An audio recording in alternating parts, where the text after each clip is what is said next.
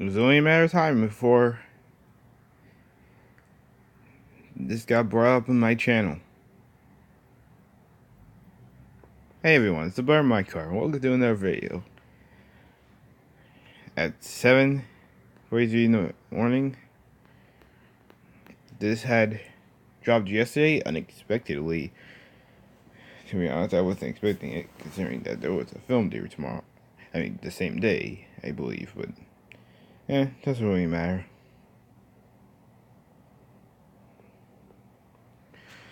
I guess I don't really understand their upload schedule.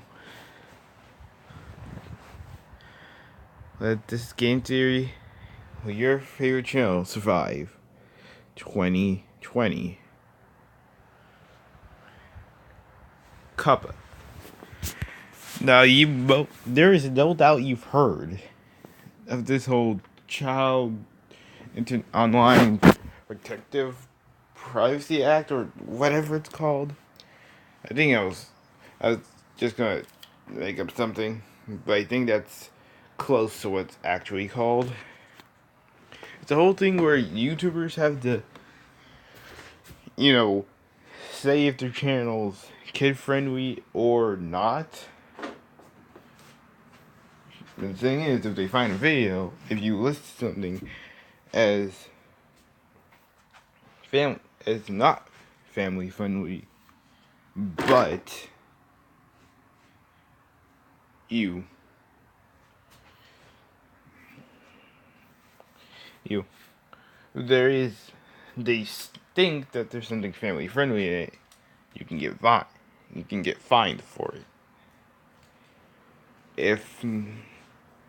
If you register yourself as family friendly, I don't know what happens if they find something not family friendly on it. You probably get fined anyways. But saying your channel to being kid friendly is just the worst possible thing, especially for a lot of people who use YouTube for a job, really. Because, well, you don't get notifications sent out of your videos, so not even your subscribers will know if you uploaded a video. The only way they'll know is if they're a subscriber who checks in on your channel regularly to see if you've uploaded a video.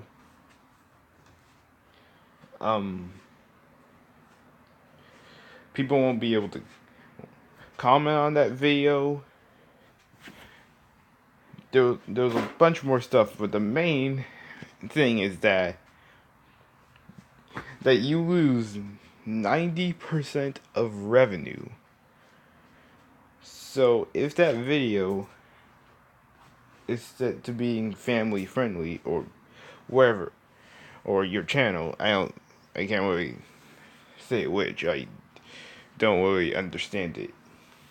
I only understand the whole video part of it. I don't understand how to say if you have to set your entire channel to family friendly or not. I don't really understand it. But if you're using YouTube as a job, you're literally making no money off of it. You're probably making less money than if you worked at McDonald's, maybe. I couldn't tell you guys how this is gonna affect me myself, because this is more like how PewDiePie started out, I guess, because I do know how he started out. YouTube was more just a hobby for him. I'm starting it a lot earlier than he did, but it was more of a hobby for him, and this is kind of just a hobby for me. I guess I am planning on expanding it into like a actual job when I'm older, but things are looking like that's not going to be possible, unfortunately.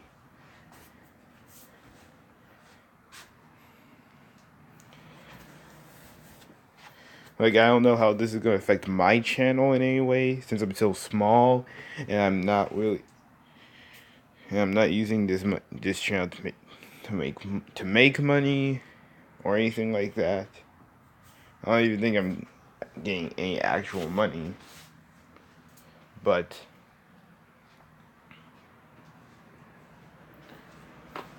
I know it's gonna affect a lot of YouTubers, even ones that I like myself, because I don't just watch big YouTubers like PewDiePie or TyTBM and Jacksepticeye and Markiplier. I watch them obviously.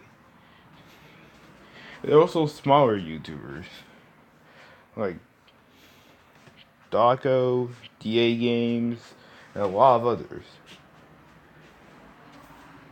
I don't think those really big channels are going to be affected, but the smaller channels, especially those under, under a million subscribers, are definitely screwed. And absolutely, channels even smaller than those. Those are I mentioned, Daco and DA Games. I'm probably not explaining this very well, but I mean, that I'll understand it already from other YouTubers who have talked about this. And yeah, we got a video game to hear about it. The whole thing is so dumb. They're not even like, why can't a video have something family friendly in it, but also not be family friendly? Why do we have like? Why is it our job to make sure our kids and other people's kids don't watch something that's not family friendly? Like, that's stupid. We can't we we can't control who's watching our videos, and whether we can't control who's watching them, whether a kid, adult, in the middle. We can't say. We have no control over our videos except for what people see in the video, what the title is, what that video is called, and that the only thing we have is the actual video itself, what's inside the video, what's the video named, and all that. But nothing, but anything that relates to the video in the outside world, like how much money the video makes and who watches it and how many people watch it and stuff like that, that's out of our control. If it was in YouTubers' controls, I mean, I feel like we would have a lot more. Every YouTuber would have. It wouldn't just be PewDiePie or T-Series. Everybody would have over 100 subscribers. I mean, we can have at least somewhat control, but we can only suggest it to people. People don't. If we persuade people, they don't. That isn't necessarily saying they have to.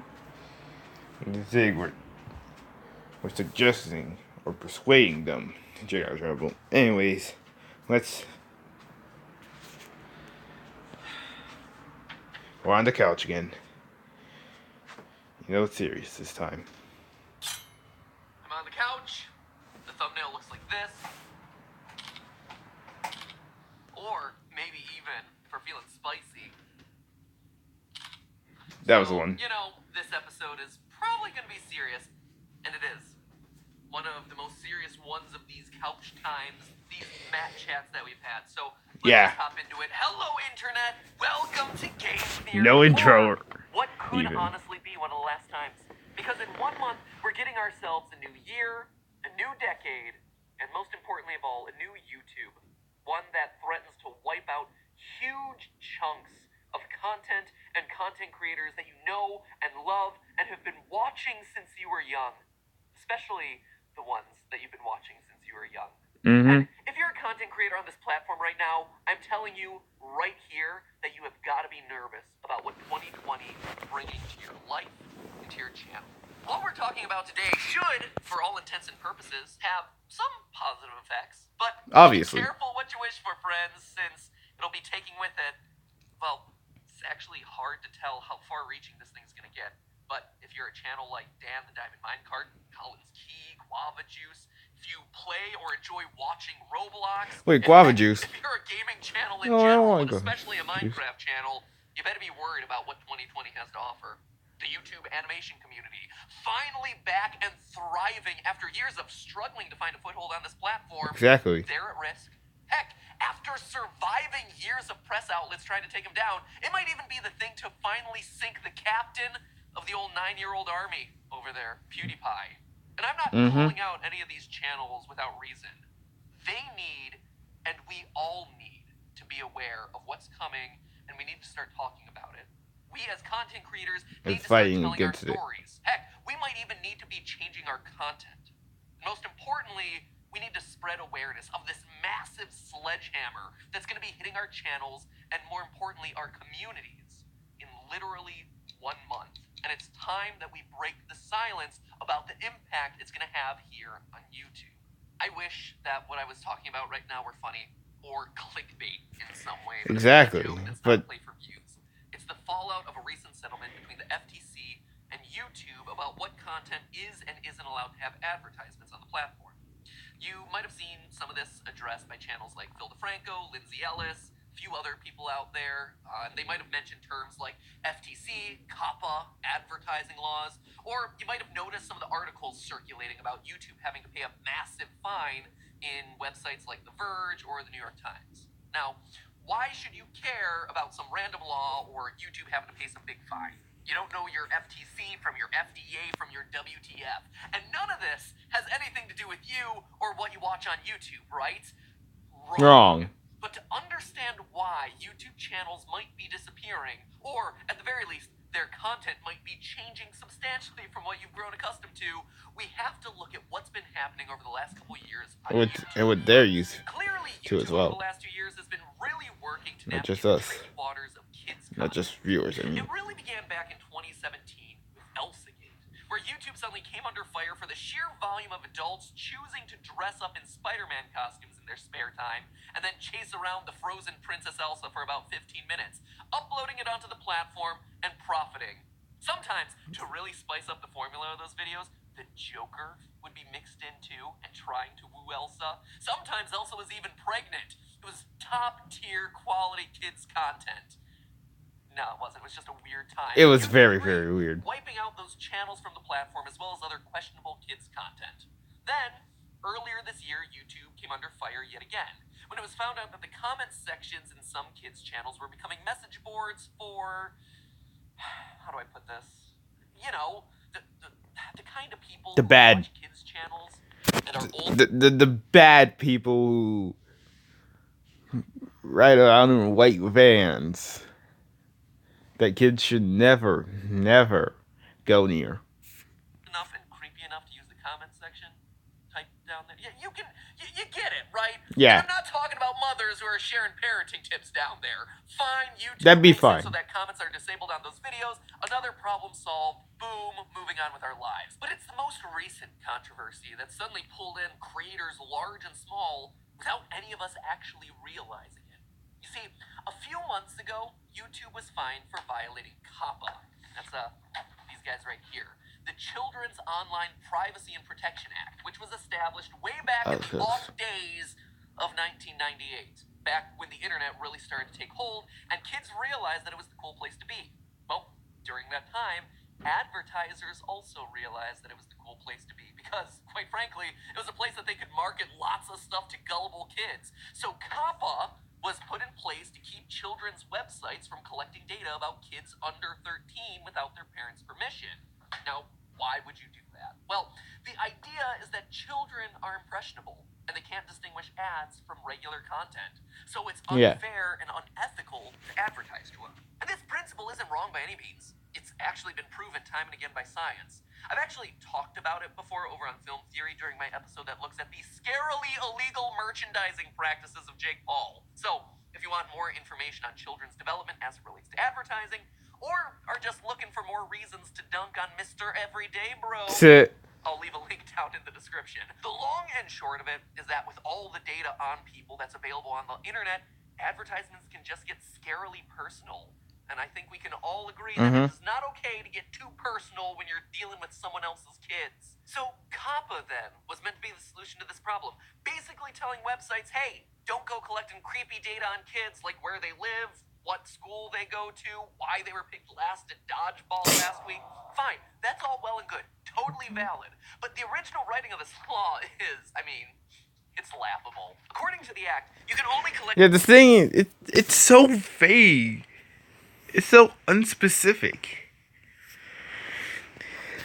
Cause like I may be thinking of this the wrong way. Maybe I'm not. Maybe I'm thinking of this in one way of many. But like, there's so many content creators who are mixed sort of content in the way of what Cop is thinking.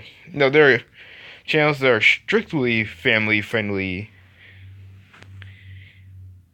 like I guess toy unboxing channels, stuff like that. We got channels that are strictly not family friendly, stuff like more violent sort of shooting games. I don't know if Call of Duty counts as that. I don't really know. I'm trying to think of fewer games that I see stuff that's more like blood and whatnot.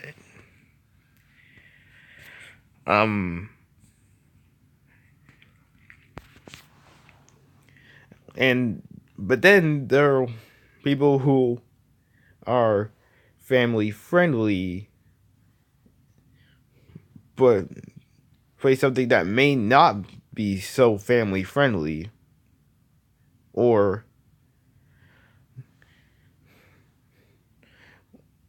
creators who aren't family friendly and may be doing stuff that is somewhat family friendly. And the thing is, the intention behind the video they don't care about. They're just saying if they see something family friendly or not family friendly, then that video's instantly family friendly or not very family friendly. Like not even really giving a chance for the video to be explained. I guess you could kind of say. Not really giving a chance for the video to explain itself, or for the creator to explain their video, really. Like the whole thing of the entire video is practically just lost, and there's only like two specific factors. You're either family friendly or you're not family friendly, which is stupid. It's stupid. Video creating is not pregnancy. Well, dang, I did hear about a thing about phantom pregnancy, or so that doesn't matter. Data on kids if you get a parent's permission through methods such as the following. Having parents sign a consent form returned to the operator of the website by postal mail or facsimile. Literally, they have to send a permission slip for a website through the mail, or get this, a toll-free number that parents could call and or an email accompanied by a valid digital signature. Sign a consent form for the internet and then fax it in to the good people who are working at YouTube, who will put you in their little file folder of, I'm sure, the millions to billions of people using the website. Exactly. I had a conversation a couple weeks ago with YouTube CEO Susan Wojcicki, and she told me that sometimes she's trying to explain YouTube to lawmakers who literally don't own a cell phone. Wow. People making laws on this stuff don't own cell phones. Susan, I'm sorry the world is giving you and your platform such a hard time. 2019. I mean, when you read laws like COPPA, I feel like you start to get an idea of what she's dealing with here. But here's the thing. YouTube should have won this battle, but then they had to go and screw it all up. You see, technically speaking, YouTube has been COPPA compliant for years. It has. YouTube is a PG-13 platform. I mean, sure, it contains lots of ABC videos, and Pink Fong's Baby Shark has been watched nearly 4 billion times. 4 billion I read that views number one. on Damn. that video. Remember when we were all like freaking out that Psy's Gangnam Style crossed the 1 billion mark? I contributed 5 views to Baby Shark this morning. In fact, just all kids things gravitate towards it. It's like a gravity well. But regardless Alright, of the then. success of that one very specific song, in order to sign up for an account here, you have to be 13. Do people Exactly. lie about their age? Sure. Absolutely. But according to YouTube's own terms of service, you have to be 13 to be on this website, specifically because of all of these reasons. YouTube, go figure, is collecting data for its advertisers. That is the whole point of us producing videos here. That's their whole business model. YouTube Kids, that separate website, that separate app. So many. Oh my god! I remember. I was watching Dako's whole thoughts on this thing and how it's going to affect his channel. And people were literally talking about that specific freaking thing, YouTube Kids. Now, what's the point of that if we're just going to make the main thing family friendly? That is supposed to be the place to adhere to all of these rules. On YouTube proper, everything is 13 plus. There's an argument to be made here that it's up to the parents to read the terms of service for the stuff that their kids are using. Exactly. And then decide if they're comfortable with the ads showing up in front of those kids. I mean, it's not YouTube's job to babysit their children. Or, at least, that should be the argument that's It happening. really should be. But then YouTube had to go and open its big mouth and screw it all up. You see, over the years, YouTube has spent a lot of time touting the fact that kids are practically crawling all over the platform. And of course, when you put stuff like that on paper, it's going to come back and haunt you. And in 2019, it finally did. Yeah. The FTC compiled a whole bunch of statements from YouTube as a part of this fine, where representatives tell advertisers things like this. Quote, it's the #1 place for kids' online content. And, quote again, YouTube is today's leader in reaching children ages 6 to 11. Guys, come on. To be honest, that's less YouTube and more Google. So although Google does own YouTube, you know, only a few people working on Google are also working on YouTube at the same time. They're essentially two separate companies, but joined together, I guess. YouTube is unanimously voted the #1 website visited for kids. It just keeps going and going. Come on, YouTube. You thought PewDiePie over there was the one making oopsies for the past 2 years? So, lo and behold, the FTC fines YouTube $170 million, basically telling them, hey, you guys clearly knew that there were a lot of kids using YouTube Main, not YouTube Kids, and you didn't do anything to sort that out. In fact, you were kind of bragging about it, so pay up. And you know what? It's kind of true.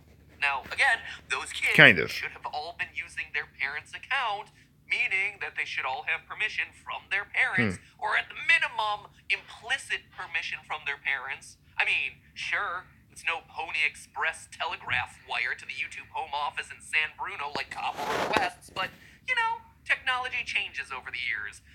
Maybe parents should be paying attention to the fact that those toy unboxing videos kind of look like commercials. Anyway, I'm not here to take sides because Oh crap, I honestly, just mentioned those earlier. we're way beyond arguing sides because now, in addition to that cool 170 mil, YouTube's settlement involves them agreeing to take action to separate advertisers from kids' content on the platform. What does that exactly mean? Well, the FTC has basically said that ads targeting kids aren't allowed on kids' content. That's the whole point of COPPA that we've been talking about. Anything labeled as kids' content on YouTube, therefore, will lose what are known as targeted ads starting January 1st, 2020. There's that. Unclear. Remove 90% revenue. I was talking about. Much of a typical YouTuber's ad revenue comes from targeted ads, but from our research, it seems to be between 80 and 90%. Yeah. Meaning that if a creator is losing targeted ads on their video, they lose up to 90% of their ad revenue. Now, most people you and I know couldn't afford to lose 80 to 90% of their salary at their job, and this is gonna stay true even for big YouTubers. I mean, some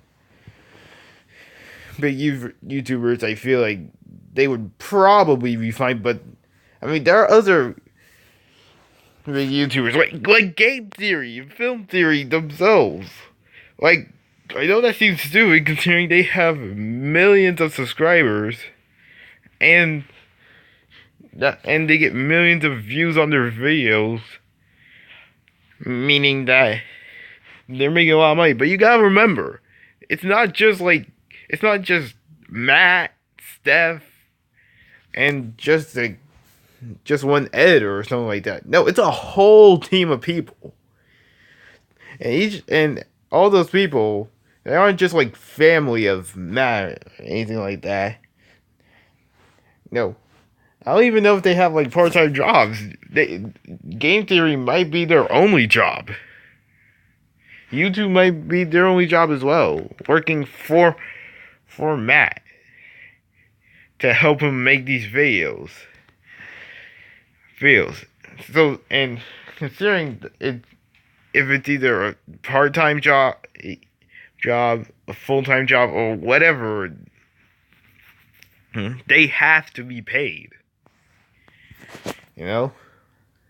Most of them at this point aren't just paying themselves, but paying a team of people around Exactly. them who work for them to edit, produce their videos, do all the other cool stuff that YouTubers are doing for their community. But I hear what you're saying. I'm not a kid, or at the very least, I'm not under 13. I don't watch kids' content. This law doesn't affect me, or the videos that I watch, or the creators that I love. But ask yourself this. Are you sure about that? Because here's how YouTube currently defines kids' content.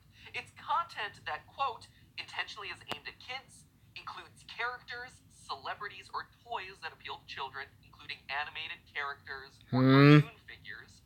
3, has a predominantly child audience. And 4, contains activities that appeal to children. So that just marks out a whole, just so much of stuff. Like one of the biggest that I see is, including characters that appeal to children, including anime characters and cartoon figures. That's obviously one big target towards channels like Jada Animations or One's Out, or even Super Mario Logan, which I guess is one reason for. I guess I could strengthen the reason for that one video, the Human Potion, where they wanted to turn their characters into more original characters instead of just using Mario characters like Bowser or Bowser Jr. or Mario or Rosalina or all of them, any of them.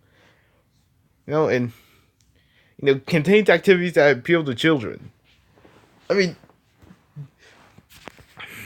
seriously, if I was a channel just based around drawing, then that would apply to me. Gaming. Kids play video games. So that instantly applies to so many YouTubers who do stuff revolving around gaming. And that's only the beginning of it. Okay, so some of the stuff here is obvious, right? Like a toy unboxing video. Yeah. Or my son Oliver's favorite song, Freeze Dance, Freeze Song, Freeze Dance for Kids, Music for Kids by the Kaboomers. Wow, that is literally the title of the video. It's almost like kids' content on YouTube is engineered to attract kids by gaming search algorithms. Go figure. But look again at those 4 qualifiers. A lot of stuff on YouTube falls into a weird gray area with those bullet points. Exactly. You ever watch a slime video? Okay, well, it's not surprising that would attract a child audience and have things that appeal to kids. Of course. What about pancake art? Sure, I don't see too many adults making art on their pancakes. But what about a video with title and thumbnail like this? That's from the Jake Paul channel, who has explicitly stated that his audience is predominantly preteens, and whose videos contain 4-year-olds. My audience is definitely younger. I'd say it's like 8 years old to like 16 years old. One look at the audience who shows up for his live tour, and you see that he's not wrong about the demographics of his audience. So if this sort of stuff is what the kids are watching, the lines start to get blurry really fast. Mm-hmm. What about How It Should Have Ended? Or Whitney Avalon's Elsa versus Snow? No! I mean, How should those how it should have ended? No! Oh! God, my memory's not good, so I don't remember every single channel that I really love to watch, but how it should have ended epic rap battles of history. They're so freaking good. channels feature characters that are popular with kids? What about the animated storytellers of YouTube? Those characters are fun, and they're cute, and they're approachable, and they're appealing, and they're telling funny stories that relate to all ages, but Exactly. definitely to kids under 13. How about a little bit closer to home, here on this channel in the gaming space? Roblox? Mhm. Yeah, that one's gonna take a big hit, but how about Minecraft? Like a channel who does in-game builds or uses characters to tell storylines. Minecraft is obviously a game we understand that's for all ages, but a lot of children play it. A lot of children watch that sort of content, so where does that line get drawn? Pokemon? Yeah, it's a nostalgic property, but it's still one of the biggest games for kids these days. And then Oh, there's thanks God, I saw that. one of the biggest games No! in the world played by kids of all ages, but I can't tell you how many teenagers and under I've seen in the mall in front of dressing room mirrors doing the floss. Yeah. Where does that fall? What if you curse a lot, but you still call your audience the 9-year-old army? Cudes? Or you have big reactions to scary games that kids could find funny. Haha, tee, look at the adult man screaming at the computer screen. All of them, rightfully or no, could be losing 80 to 90% They are of their definitely salary affected by in it. a month. I don't know where some of these channels fall. I don't know how you make that call. And I'm sure And that's that the entire problem. All these channels have something that is family friendly about them, and at the same time something that's not family friendly about them. No, they're in the middle. They're not one way or the other. They are mixed. people at YouTube and definitely at the FTC knows how to make that call either. The problem now is that every channel on YouTube has to self-identify whether or not they believe that their videos are attractive to kids before January 2020. We all got a form to fill out, sent to our emails, sent in our video manager. So we don't have long to make these decisions. In real talk, even for me, who has always intended this channel to be a high school and up channel, where we talk about things like astrophysics or cyber hacking or the DSM-5 and abnormal psychology, I feel nervous about this, right? Because we talk about Pokemon and Minecraft and Nintendo properties, stuff that kids like to watch. YouTubers who exist in this weird gray area have even started talking about adding a string of expletives to the beginning of every one of their videos to help solidify the fact that their video is indeed intended for adults. That is how uncertain the YouTube community is feeling about this. The irony of the whole thing is that just a few months ago, I was talking about how YouTube was killing gaming, or more accurately, how brand safety was killing gaming. How games like Mortal Kombat and Call of Duty will struggle to survive in a system that... And now it's even worse. It's not just gaming anymore. It's basically everything on YouTube. Whether... Wait, let's just hop over to the trending page. A second. No, all these 5 things. Music, gaming, news, movies, fashion. Well, I don't know about news. Everyone's, all those will absolutely be affected. Videos center around that sort of thing. Because of advertiser fears, limits the visibility of those sorts of videos. They're violent, they're too edgy. And that was actually confirmed by Susan in her interview with me. We realized that simulated violence and game violence is very different, of course, than real violence. Yeah. And so we're actually going to be separating them. But now you have yourself the direct opposite of that problem. Things that are suddenly too brand safe, too kid friendly are getting hit from the other direction. Exactly. So everything on YouTube is being squeezed toward this middle ground. It's just gonna end up being like a mass of gray goo, bland, middle of the road, not interesting. Can't be edgy, but you can't be too family friendly. You might attract too many kids. Welcome to the new face of YouTube, where we sit on a couch and can't talk about anything you're interested in, but also can't be edgy enough to be funny. This, my friends, is the content that you'll be getting.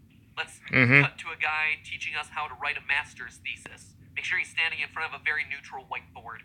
O stands for operational. He will be the #1 most subscribed channel on YouTube. Make it happen. Mark Proctor. YouTube, through it all, have been laying low. They're very adamant that they're not giving legal advice to help anyone categorize their content. And it kind of makes sense. Yeah. Because if they were, it would be, first off, an impossible task. YouTube is way too big. Exactly. At least because like this isn't even YouTube's. Like it's kind of YouTube's fault, but honestly, it's kind of really not. Because they know, they can't define every single person's channel, especially with the fact of how many people have made a channel on this platform. They know they can't define literally what everybody's channel is. And once again, I'm pretty sure they understand that people can't control what they're doing on the channel.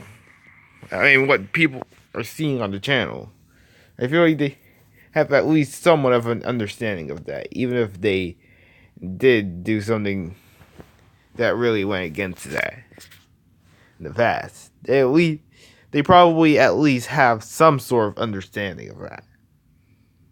To possibly decide what's kid content from what isn't, and no existing AI can accurately sort that sort of thing out. But just as importantly, if YouTube did offer that advice to creators, and the FTC disagreed with that ruling for whatever reason, YouTube would be the one legally responsible. So, as long as YouTube doesn't make that decision, they can stand aside, look the other way. If, the FTC decides to bring the hammer down on a couple of channels to make an example out of anyone. And the FTC can do that to get this, to the tune of over $42,000 per video. Oh! Any video that they feel has been miscategorized as not for kids, when in reality they feel like it was kids' content. Imagine a channel who's been posting daily family vlogs for 4 years, and all of a sudden you're hit with $42,000 of fines for each of your last 600 videos. Penalties like this could wipe out families. They could wipe out businesses overnight. There is nothing standing between the entire federal agency of the FTC and us independent YouTubers. Ultimately, there's not a whole lot that we as individual content creators can do in this situation, except what I'm doing now, talking about it, raising awareness, telling you about the trouble that we'll be facing in 2020. At the end of the day, this isn't about condemning YouTube for making mistakes about how they advertise their platform. Obviously, it's practically not even their fault. Doing their job and trying to protect the kids. It's just about bringing the issue to light. As a content creator, I recognize that it's in all of our best interests to educate everything from creators to audiences to, yes, even the FTC, who don't know how to watch this platform, but maybe we can get the information to them via facsimile. That's the word they used. Right now, content creators just don't understand how to categorize our content. We need more guidance because we're being forced into what is, quite honestly, a legal guessing game with our entire livelihoods on the line. It's like the worst test possible. And for every incorrect answer, you lose not a grade point, you lose $42,000. Jeez. No curve on that one. The FTC, meanwhile, doesn't understand how incredibly broad the spectrum of online content is, how nuanced some of this stuff can be. There's a ton of content out there that's not aimed at kids that could very well be in danger of being miscategorized, and that's going to be hurtful to everyone. And finally, audiences. You guys, the viewers at home, you don't currently understand that some of the creators that you've loved and followed for years are in serious jeopardy, and in some cases could be demonetized out of existence in 2020. Or have to change their entire content calendars to something that feels more mature, not as child-friendly, in order to survive. We have to take the brunt any way you look at it. We're still in the middle of all this, and I strongly encourage you to read more about it. I left a bunch of links down in the description below, so whether you're a fan or a creator, just get informed. The FTC is also accepting comments on these new laws that could help shape where they go in the future, so put in your well thought out comments and questions there. No rage comments, my friends. We gotta be thoughtful, considerate, and articulate. In this case, we all need to work together to be advocates for not just our favorite creators, but the platform that we exist on. So talk about it, share information, empower your favorite creators with the information they need to protect themselves moving forward into 2020, and fingers crossed that we'll all be around to talk about this again next year. That's a scary thought. You know how you can help, though? By buying our merch! Holiday Theory Wear. Rulings that... Alright, yeah, there's the plug. Oh my god. But yeah, there's really nothing else to say. If something doesn't change soon, or at the very least, the way we define our videos doesn't get more, better to understand and better to actually, use that whole thing. I mean, not only are individual channels screwed, but all of us. Literally, whether you are a content creator or a viewer, you're just straight up screwed. Screwed. Either you're going to lose your channel, lose all your videos, lose all your money, and go homeless, go bankrupt and homeless, or you're not, or your viewer whose favorite channels are literally just wiped off the face of the platform. All that's left is garbage, basically. I mean, not garbage, but just stuff that's uninteresting or bland, or is just something that really doesn't evoke any sort of interest. Essentially, it's just going to be stuff like, I don't know, teachers posting up math lessons and whatnot on YouTube. That's probably all that's going to be left. To be honest, this also affects so many things outside of school. Considering that even schools are using YouTube to do stuff too.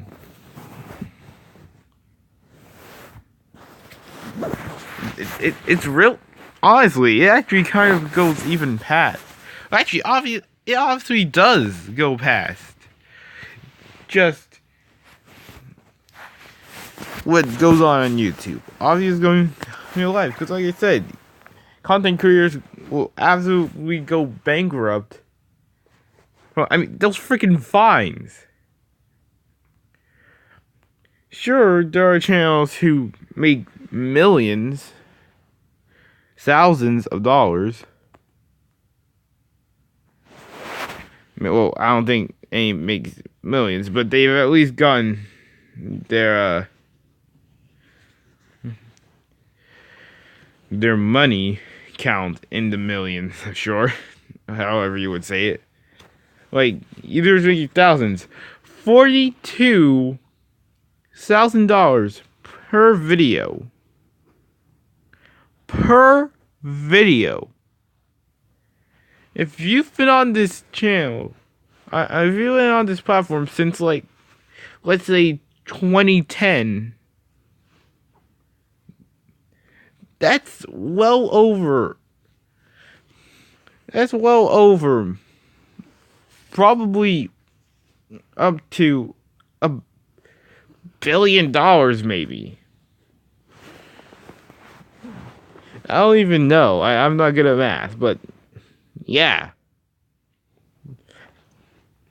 You're not going to be. You're not going to be around anymore. You are going homeless.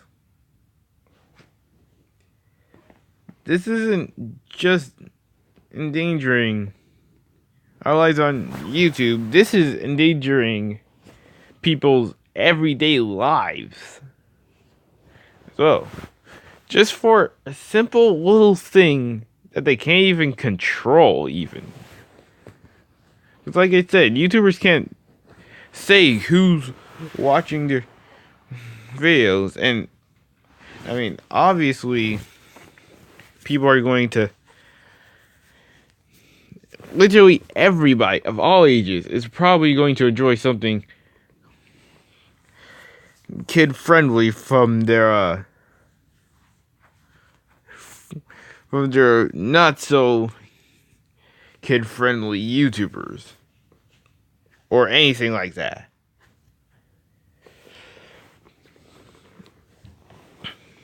It's just